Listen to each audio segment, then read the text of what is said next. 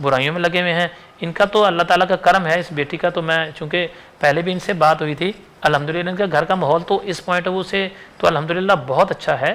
یہ ساری بہنیں نماز پڑھتی ہیں, اللہ تبارک و تعالیٰ ان پہ اپنا کرم فرمائے. سارے بہن بھائی جو ہیں گھر والے نمازی ہیں, اللہ تبارک و تعالیٰ ان پہ اپنا کرم خاص فرمائے.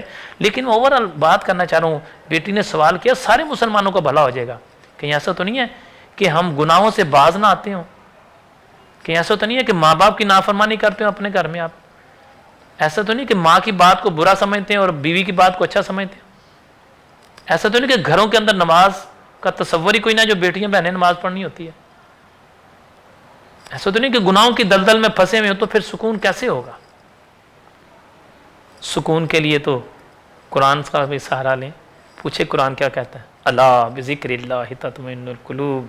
اگر تم چاہتے ہو تمہارے دلوں میں سکون آئے تو اللہ کا ذکر کرو, اللہ کا ذکر کرو, اللہ کا ذکر کرو.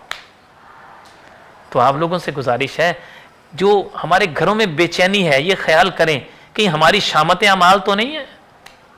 نماز چھوڑ دیتے ہوں گے, برائی نہیں باز آتے ہوں گے, گھر میں سارا دن ناچ گانا لگا رہتا ہوگا, قرآن پڑھ کے نہیں دیکھا ہوگا, زکوٰۃ نہیں دیتے ہوں گے, برے لوگوں سے تعلق ہوگا. یہ ساری باتیں اپنے ذہن میں رکھیں, ساری باتیں اپنے ذہن میں رکھیں. اور پھر دینداروں سے تعلق نہیں ہوگا. ہمارے پاس مسلمان ہونے کی حیثیت سے ایمان ہے. ایمان کہیں ایسا تو نہیں ہے کہ ایمان بھی خراب ہو رہا ہو؟ تو ایسی صورت کے اندر کیا کرنا چاہیے؟ ایسے وظیفے تو اپنی جگہ پر ٹھیک ہیں, لیکن کوشش کرنی چاہیے کہ مساجد کا رخ کرنا چاہیے. مرد حضرات مساجد میں جا کے نماز ادا کریں. جمعے کا خطبہ پڑھنے جلدی چلے جائیں, نماز پڑھنے کے لیے خطبہ سننے جلدی چلے جایا کریں. عورتیں جو ہیں, اب تو پاکستان کے اندر بھی الحمدللہ مسجدوں کے اندر جمعے کی نماز کا اہتمام ہوتا ہے. پاکستان میں بھی اب تو الحمدللہ وسیع پیمانے پر ہے نماز جمعہ کے لیے, اور اچھے بیانات لگا کے سنتے رہا کریں. ایسی صورت کے اندر دینداروں سے وابستگی رکھیں. قرآن کی آیتیں دیتا ہوں وہ بھی پڑھیں ضرور. سورۃ یاسین کی تلاوت کی جائے, سورہ رحمان کی تلاوت کی جائے, سورہ ملک کی تلاوت کی جائے, سورہ مزمل کی تلاوت کی جائے. قرآن پاک کی جو آیتیں آتی ہیں فجر کی نماز کے بعد, عشاء کی نماز کے بعد, جتنا ہو سکے قرآن کو بلند آواز سے پڑھا کریں. ایک اور بھی عجیب سی بات پیدا ہو رہی ہے, اپنے گھر میں بس سی ڈی لگا دی اور اس کے اوپر قرآن پاک کی آیت جو بیان ہو رہی ہیں پڑھی جا رہی ہیں, اپنی باتیں بھی کر رہے ہیں. یاد رکھیں جب قرآن پڑھا جائے تو خاموشی سے سنو. کم از کم ایک بندے کا خاموشی سے سننا ضروری ہے. سی ڈیز لگا کے ہم قرآن پاک کی آیتیں سنتے رہتے ہیں, اس سے لاکھ درجے بہتر ہے تو خود قرآن پڑھ. جب تو قرآن پڑھے گا تو تیرے گھر میں سکون پھر ہوگا. جب تیرے گھر میں سے 4 لوگ قرآن کی صبح بلند آواز سے ہر کمرے سے قرآن پڑھنے کی آواز آ رہی ہوگی تو سوچ تیرے گھر میں برکتیں ہوں گی کہ نہیں ہوں گی؟ پھر تو جہاں سالوں سال قرآن کھولا نہیں ہوگا وہاں برکتیں پھر کیا ہوں گی؟ ٹی وی صبح سے لے کے رات تک کھول کے رکھے اور قرآن کو کبھی کھول کے پڑھے نا. قرآن سینہ کھول دیتا ہے, یہ بات ذہن میں رکھ لو مسلمانوں. قرآن پاک مسلمان کا سینہ کھول دیتا ہے, لیکن سینہ کھولنے سے پہلے قرآن کو کھولنا پڑتا ہے. قرآن کھولیں گے تو ہمارا سینہ کھولے گا نا. قرآن کھولنے سے مراد قرآن کا پڑھنا ہے. جو بھی آپ کو آیتیں آتی ہیں ان کو پڑھا کریں, گھر میں تلاوت قرآن کیا کریں, اللہ کے ذکر کی محفل اپنے گھر میں کیا کریں, کریم آقا علیہ الصلوۃ والسلام کی محفل میلاد اپنے گھر میں کیا کریں. اللہ تعالیٰ کے فضل و کرم سے, اللہ تعالیٰ کے فضل و کرم سے گھروں میں سکون ہو جائے گا. اللہ تعالیٰ مجھے اور آپ کو عمل کی توفیق عطا فرمائے. اللہم صلی علی سیدنا مولانا محمد وعلی آل سیدنا مولانا محمد وصحبہ سیدنا مولانا محمد بارک وسلم صلی علیہ. ربنا ظلمنا انفسنا وان لم تغفر لنا وترحمنا لنکونن من الخاسرین. اے مالک ذوالجلال, جتنے لوگ اس دعا میں شامل ہیں سب کی مرادوں کو پورا فرما, سب کی حاجات کو پورا فرما, سب کے دل کی نیک اور جائز تمناؤں کو پورا فرما. سبھی کو نبی پاک علیہ السلام کی غلامی نصیب فرما. جو لوگ اس دعا کے اندر شامل ہیں اللہ ان سارے مسلمانوں کی دعاؤں کو, سارے مسلمانوں کی گزارشات کو اپنی بارگاہ علی میں قبول و منظور فرما. ہم سب کو نیک عمل کی توفیق عطا فرما. رسول اکرم صلی اللہ علیہ وسلم سے محبت عطا فرما, نیکی پھیلانے کی توفیق عطا فرما. انوار مدینہ ویلفیئر سوسائٹی کو مزید ترقیاں عطا فرما. صلی اللہ تعالیٰ علیہ وسلم مولانا محمد.